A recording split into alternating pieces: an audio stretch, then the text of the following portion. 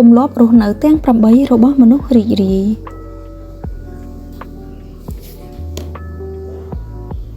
ការរស់នៅដែលមានក្តីសុខសុភមង្គលទាំងផ្លូវកាយនិងផ្លូវចិត្តគឺជាគោលបំណងធំបំផុតរបស់មនុស្សគ្រប់គ្នា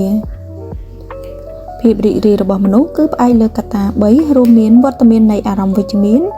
អវត្តមាននៃអារម្មណ៍អវិជ្ជមាននិងការពេញចិត្តចំពោះជីវិតទាំងនេះគឺជាទម្លាប់8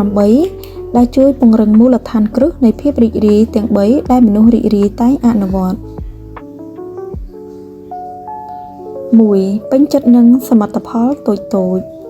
អ្នកប្រហែលជាគិតថាលុយជាប្រភពនៃសុភមង្គលហើយការមានប្រាក់រាប់លានដុល្លារនៅក្នុងគង្គធនាគារធ្វើឲ្យអ្នកសប្បាយចិត្ត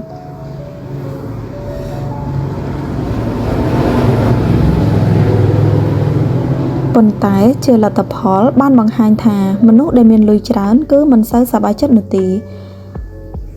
ការពេញចិត្តនឹងអ្វីដែលខ្លួនកំពុងមាននិងរីករាយចំពោះសមិទ្ធផលតូចៗដែលខ្លួនបានសម្រេចនិងអារម្មណ៍វិជ្ជមានទៅវិញទេដែលជាប្រភពនៃភាពរីករាយ2មានគោលបំណងក្នុងជីវិតយោងតាមការស្រាវជ្រាវបង្ហាញថាការបង្កើតគោលបំណងក្នុងជីវិតមានឥទ្ធិពលខ្លាំងទៅលើសុភមង្គលនិងសុខុមាលភាពរបស់យើង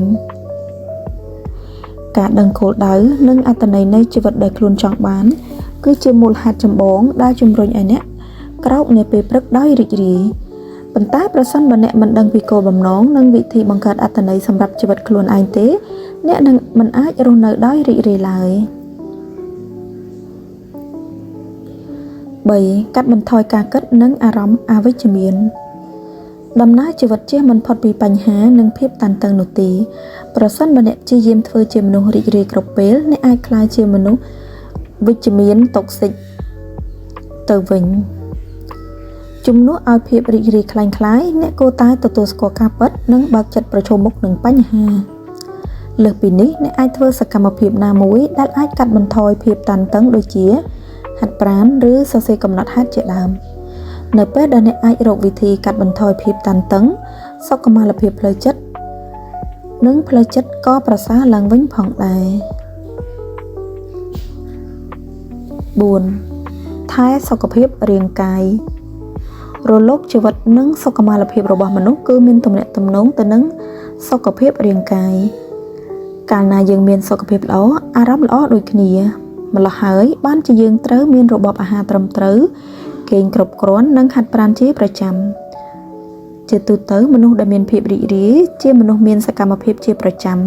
ជាមួយគ្នានេះសកម្មភាពគឺជាឱសថដ៏ស័ក្តិសិទ្ធិដែលអាចកាត់បន្ថយភាពតានតឹងនិងបញ្ហាថប់បារម្ភ5រស់នៅក្នុងបច្ចុប្បន្នភាពមនុស្សរីករាយជាបុគ្គលដែលផ្ដោតក្នុងការរស់នៅនាពេលបច្ចុប្បន្នមិនថាគេបានឆ្លងកាត់អ្វីមួយឬអាចប្រឈមនឹងបញ្ហាធំប៉ុណ្ណានាពេលអនាគតនោះទេគេនៅតែមានគោលជំហរមួយជាក់លាក់ជានិច្ចដោយតាំងចិត្តថាត្រូវបំពេញភារកិច្ចក្នុងពេលបច្ចុប្បន្នឲ្យបានល្អបំផុតមែនទែនទៅអារម្មណ៍អវិជ្ជមានច្រើនតែកើតឡើងដោយសារការគិតពីអ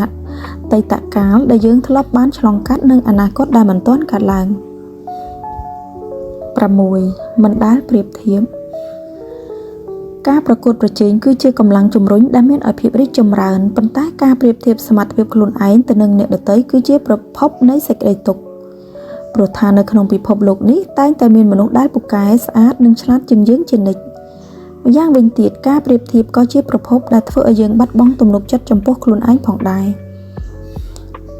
ហេតុផលនេះទើបឲ្យមនុស្សរីករាយមិនដែលប្រៀបធៀបខ្លួនជាមួយនរណាម្នាក់